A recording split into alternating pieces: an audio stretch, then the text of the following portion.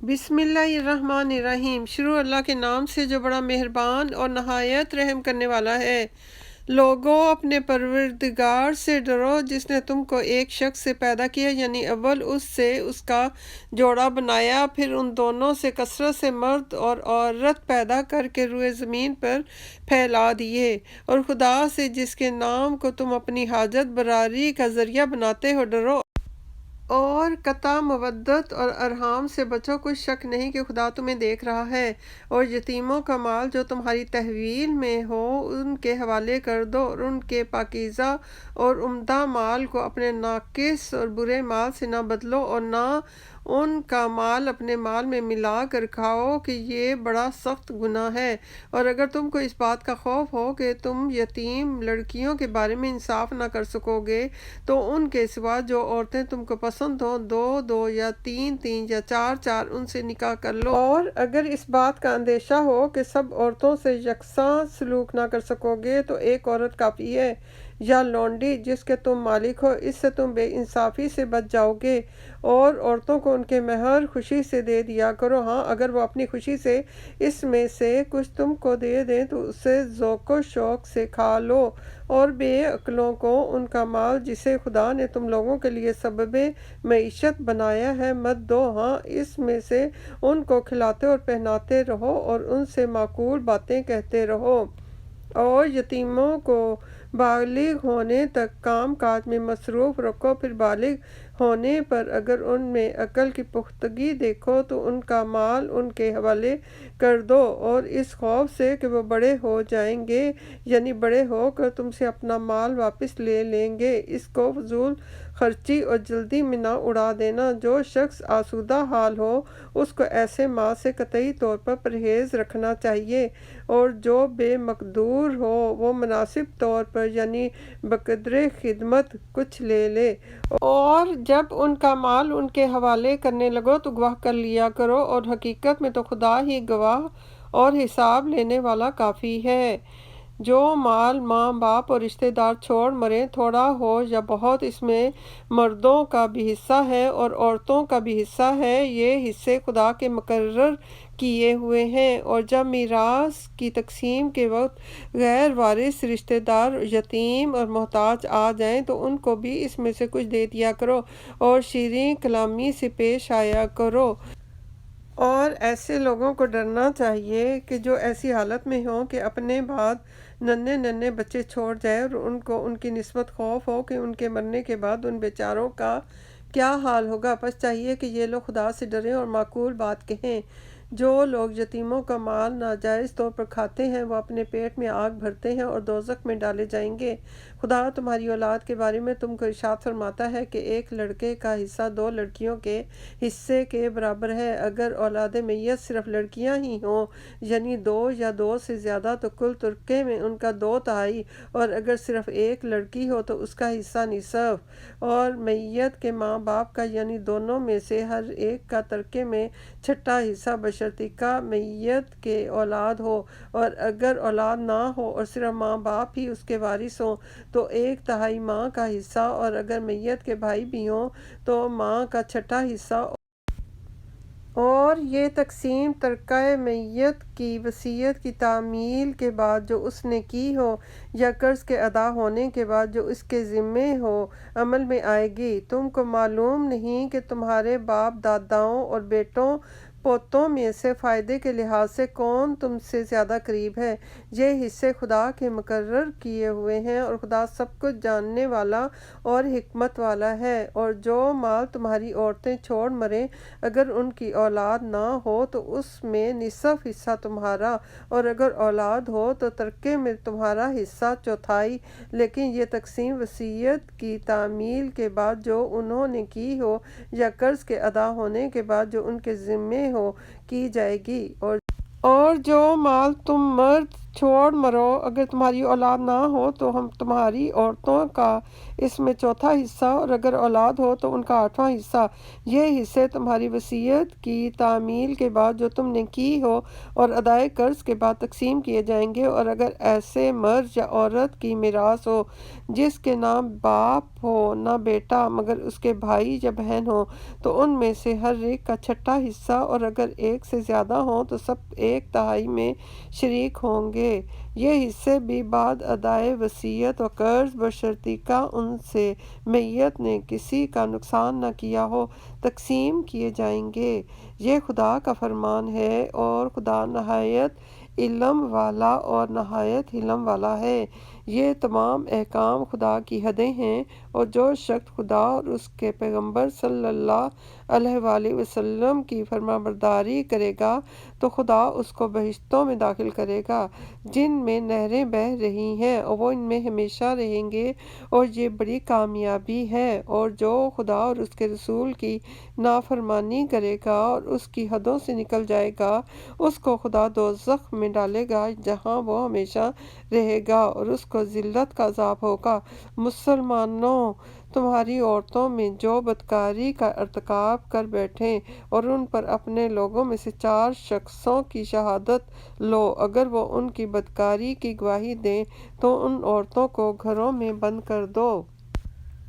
یہاں تک کہ موت ان کا کام تمام کر دے یا خدا ان کے لیے کوئی اور سبیل پیدا کرے۔ اور جو 2 مرد تم میں سے بدکاری کریں تو ان کو ایذا دو، پھر اگر وہ توبہ کر لیں اور نیکوکار ہو جائیں تو ان کا پیچھا چھوڑ دو۔ بے شک خدا توبہ قبول کرنے والا اور مہربان ہے۔ خدا انہی لوگوں کی توبہ قبول فرماتا ہے جو نادانی سے بری حرکت کر بیٹھتے ہیں پھر جلد توبہ کر لیتے ہیں، پس ایسے لوگوں پر خدا مہربانی کرتا ہے اور وہ سب کچھ جانتا اور حکمت والا ہے۔ اور ایسے لوگوں کی توبہ قبول نہیں ہوتی جو ساری عمر برے کام کرتے رہیں، یہاں تک کہ جب ان میں سے کسی کی موت آ موجود ہو تو اس وقت کہنے لگیں کہ اب میں توبہ کرتا ہوں، اور نہ ان کی توبہ قبول ہوتی ہے کہ جو کفر کی حالت میں مریں۔ ایسے لوگوں کے لیے ہم نے عذاب علیم تیار کر رکھا ہے۔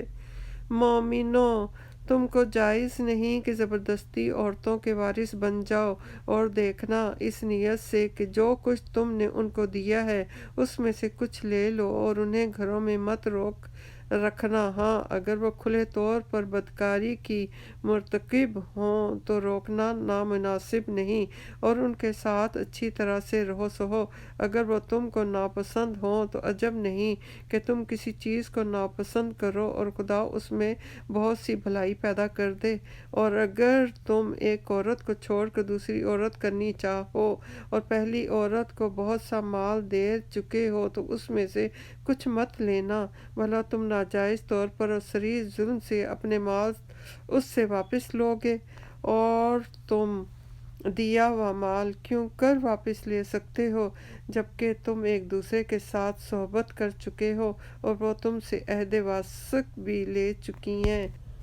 اور جن عورتوں سے تمہارے باپ نے نکاح کیا ہو ان سے نکاح نہ کرنا مگر جاہلیت میں جو ہو چکا سو ہو چکا۔ یہ نہایت بے حیائی اور خدا کی ناخوشی کی بات تھی اور بہت برا دستور تھا۔ تم پر تمہاری مائیں اور بیٹیاں اور بہنیں اور پھوپھیاں اور خالائیں اور بھتیجیاں اور بھانجیاں اور وہ مائیں جنہوں نے تم کو دودھ پلایا ہو اور رضاعی بہنیں اور ساسیں حرام کر دی گئی ہیں، اور جن عورتوں سے تم مباشرت کر چکے ہو ان کی لڑکیاں جنہیں تم پرورش کرتے ہو وہ بھی تم پر حرام ہیں۔ ہاں، اگر ان کے ساتھ تم نے مباشرت نہ کی ہو تو ان کی لڑکیوں کے ساتھ نکاح کر لینے میں تم پر کوئی گناہ نہیں، اور تمہارے صلبی بیٹوں کی عورتیں بھی اور 2 بہنوں کا اکٹھا کرنا بھی حرام ہے، مگر جو ہو چکا سو ہو چکا۔ بے شک خدا بخشنے والا اور رحم والا ہے۔ اور شوہر والی عورتیں بھی تم پر حرام ہیں مگر وہ جو اسیر ہو کر لونڈیوں کے طور پر تمہارے قبضے میں آ جائیں۔ یہ حکم خدا نے تم کو لکھ دیا ہے، اور ان محرمات کے سوا اور عورتیں تم کو حلال ہیں اس طرح سے کہ مال خرچ کر کے ان سے نکاح کر لو، بشرطیکہ نکاح سے مقصود عفت قائم رکھنا ہو،